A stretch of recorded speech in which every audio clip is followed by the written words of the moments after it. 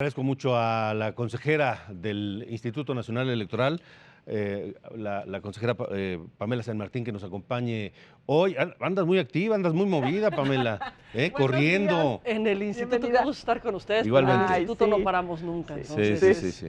eso es parte de ser consejero, consejera. Oye, ¿cómo ves? ¿Estás optimista con el proceso que iniciará para la elección de nuevos consejeros? Me parece que lo que tenemos que estar todos es vigilantes Ajá. y estar generando contextos de exigencia para cómo se va a llevar a cabo este proceso. En un primer momento, ahorita el primer paso es emitir la convocatoria, pero digamos la parte relevante del primer paso es la designación del Comité Técnico Evaluador. ¿Qué es lo que dice la Constitución? No es una decisión que solamente queda en mano de la Cámara de Diputados, sino que se nombra un Comité Técnico Evaluador, que lo que se propone en la Constitución es que sea eminentemente, digamos, imparcial, porque está integrado por 3 personas designadas por la Junta de Coordinación Política, donde están todas las fuerzas políticas, luego por 2 personas que son propuestas por la Comisión Nacional de los Derechos Humanos y 2 por el INAI. Entonces es un órgano colegiado que, ¿cuál es su propósito?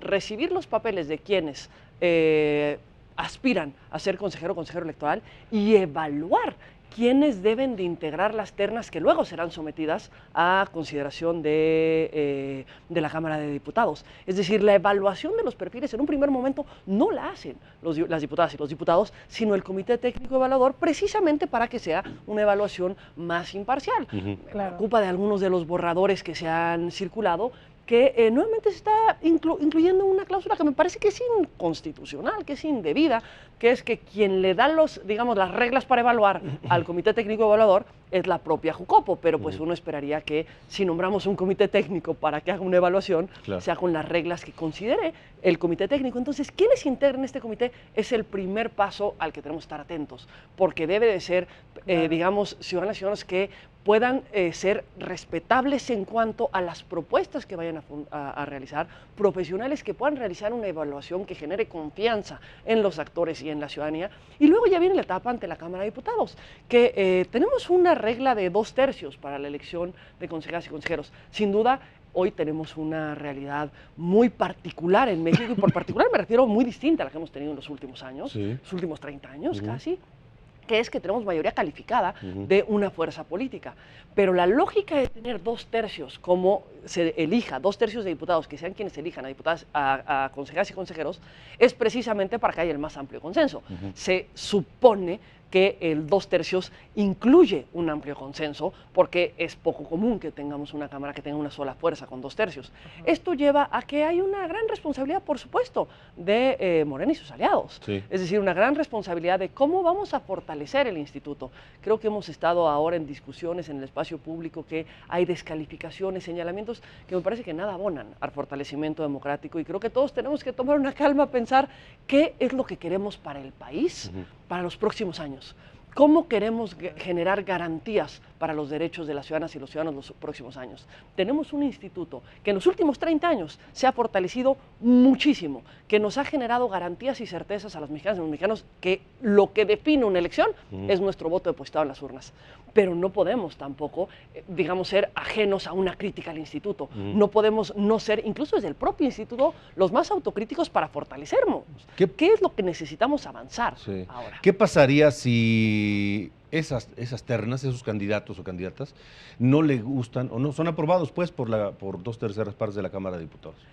A partir de lo que ocurrió, no sé si recuerdas cuando el IFE salieron los 3 consejeros antes del 2012, de la elección 2012, que el IFE se quedó con vacantes un año, más de un año. Inició el proceso electoral de 2012 con vacantes porque no se ponían de acuerdo en la Cámara de Diputados. Entonces, en la reforma de 2014 se estableció un candado. Si no se ponen de acuerdo en la Cámara de Diputados, insaculación, es decir, sorteo.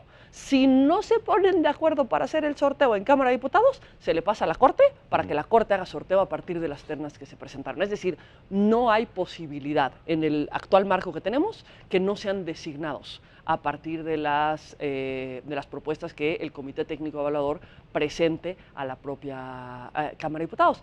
Pero lo que creo que todos tendríamos que esperar es que haya un proceso abierto, transparente, claro, de diálogo, en el que se genere confianza no solo a los actores políticos. Es muy importante que el árbitro le genere confianza a los actores, porque al final del día lo que hace es arbitrar la contienda. Es ser decir, imparcial. Ser imparcial para con todos los Claro. actores que están en la contienda, pero también es bien importante que nos genere garantías y certezas a la ciudadanía, digamos, respecto de que se cumplirá con las funciones que tiene un órgano electoral, que es organizar bien las elecciones y garantizar que los actores, arbitrar la contienda, que es en español, garantizar que los actores se ciñan a eso que son las reglas de la competencia. Y por eso es importante que a quien se designe como consejero o consejera sea imparcial, sea autónomo, sea independiente de todos los partidos, todos, no nada más algunos, de todos los gobiernos, no nada más algunos, de todos los servidores públicos y de todos los poderes, sean poderes de hecho o poderes formales, porque también tenemos intereses,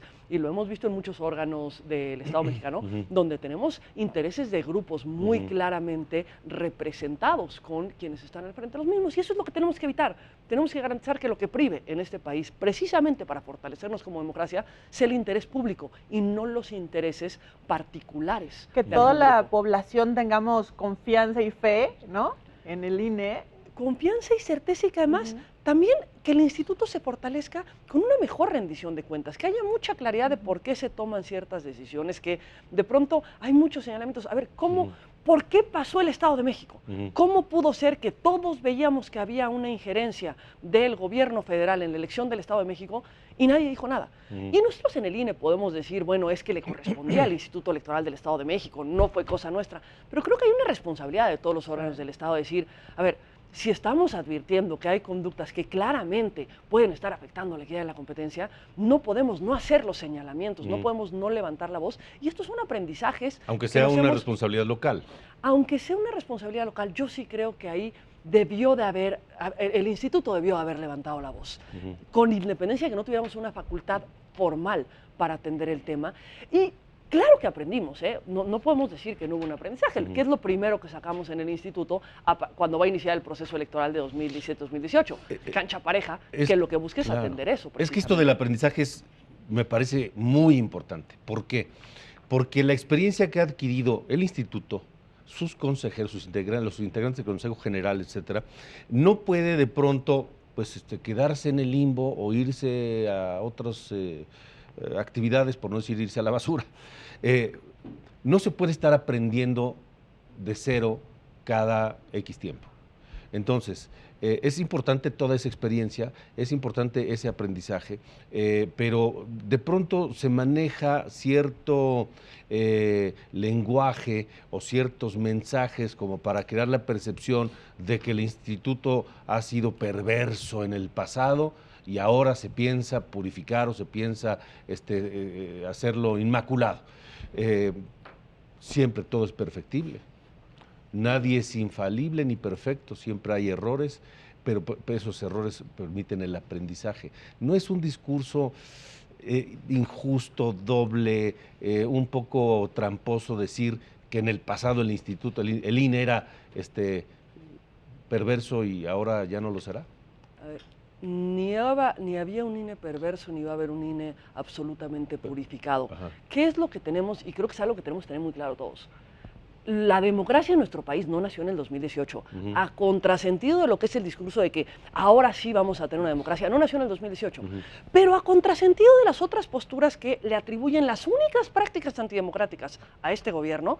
Tampoco las prácticas antidemocráticas nacieron en el 18. Las prácticas las traemos de años atrás, de administraciones atrás, de gobiernos de distintos colores y de distintos signos que han tenido las mismas prácticas antidemocráticas. Y creo que no se trata de empezar a ver quiénes son los buenos y quiénes son los malos, a quién criminalizamos y a quién beatificamos. Lo que tenemos que buscar es cómo fortalecemos el país. Hay cuestiones en el pasado y en el presente que tiene que fortalecer el instituto, hay pendientes democráticos que tenemos, yo no tengo la menor duda. Y creo que la principal crítica debe venir desde el interior del instituto, una crítica constructiva precisamente para fortalecernos. Claro. Pero me parece que el juego de las descalificaciones, de todos los lados, porque las descalificaciones van de un lado al otro parejo. No suma Las descalificaciones no suman.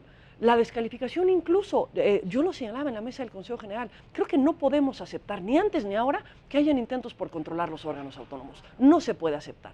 Pero tampoco se puede atender solamente a partir de las descalificaciones. Criticamos que haya un discurso público, incluso del presidente de la República, descalificando sistemáticamente a la institución, pero la respuesta me parece que está siendo exactamente en el mismo tono y eso no abona. ¿Qué es lo que creo que necesitamos? Sentarnos y ver dónde está, qué diagnóstico tenemos, hacia dónde queremos fortalecer al instituto. No es destruyendo al instituto, destruyendo los logros democráticos que hemos tenido, como vamos a avanzar.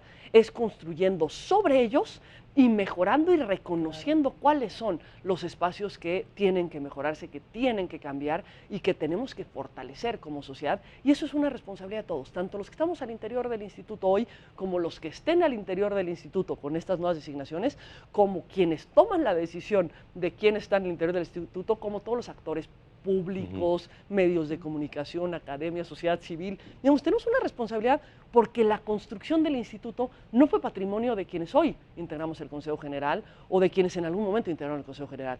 Fue una lucha que se dio desde la sociedad civil, desde las oposiciones, de la que formó parte el actual gobierno, incluso, y que no le podemos dar la espalda a esa historia nuestra, sino que tenemos que construir sobre ella, y creo que los señalamientos y las descalificaciones no es lo que abonan esa Me quedo con todo esto último Sí, que dijiste, cierto. no podemos destruir, sino que construir sobre lo que ya tenemos.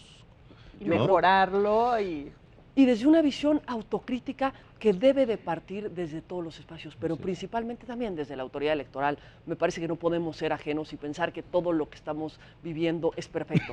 Sí hay avances, sin duda, no lo podemos olvidar los mexicanos porque de pronto se nos olvida nuestro Pero pasado. también hay retos pero pendientes tenemos y que ver hacia el desafíos, futuro, ¿no? exactamente.